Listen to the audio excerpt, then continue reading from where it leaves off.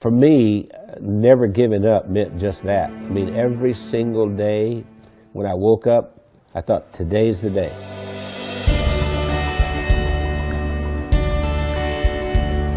I was the second son in a sharecropper's family, and a sharecropper means that you don't own anything. I mean, you work for someone else who's the landowner. We had practically nothing. Everything was hand-me-downs from someone else. I didn't have shoes, and to this day my toes are all grown under because I didn't have shoes.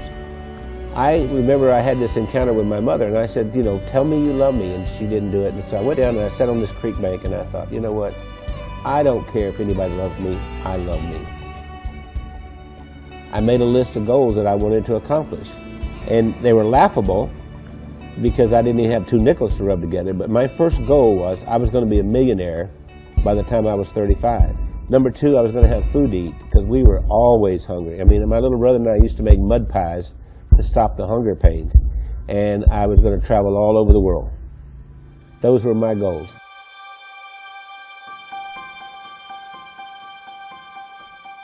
I've learned everything from working with Randy. I didn't know anything about business. I started out, before I met Randy, I was a teacher, a mathematics teacher. Well, I think we have a very good balance. Randy's really good in sales and telling the story and explaining why people need to have whatever it is that he's selling. And then he comes to me and says, Wendy, can we make it do this? And I have to get it done. We started working together, and we were together all the time doing things, and that we just, you know, couldn't be without each other. And once she got exposed to me, it was downhill from there. I mean, she could not last a day without me. That's probably true. That's what the COO does here. Does hair? She preps me. Spit on it, honey, like you used to do. I never spit. We retired a few times. Did he tell you that? We've tried retirement 3 times, but we never figured out exactly how to do it because we've worked all of our lives. We took a year and we traveled around the world. Then when the decision of the day became, where are we having breakfast? I thought, we're in trouble.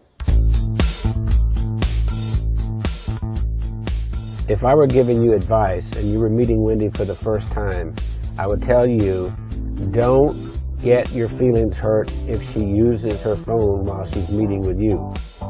Hey, Kim. Hey, Chris. Okay. I'll see you in the morning. All right. Bye.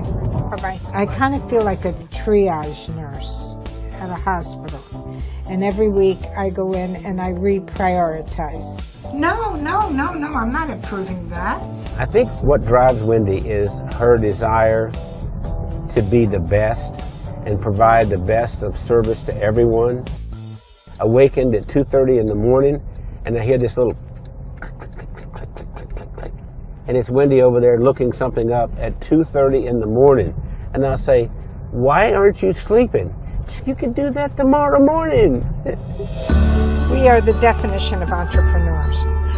And we don't like doing one thing at a time. We have to do a lot of things at the same time. It's not just Randy and Wendy doing all this work.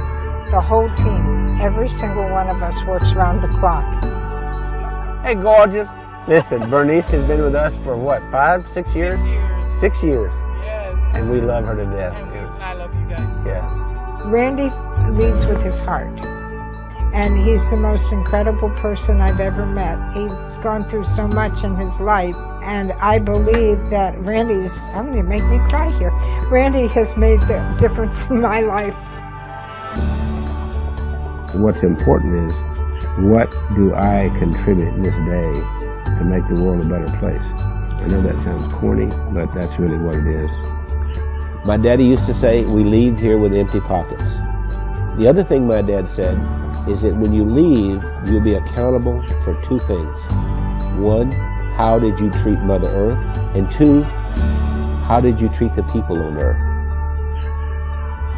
I feel that I have found joy and that I've given joy, and I think there's a lot more joy that we can give.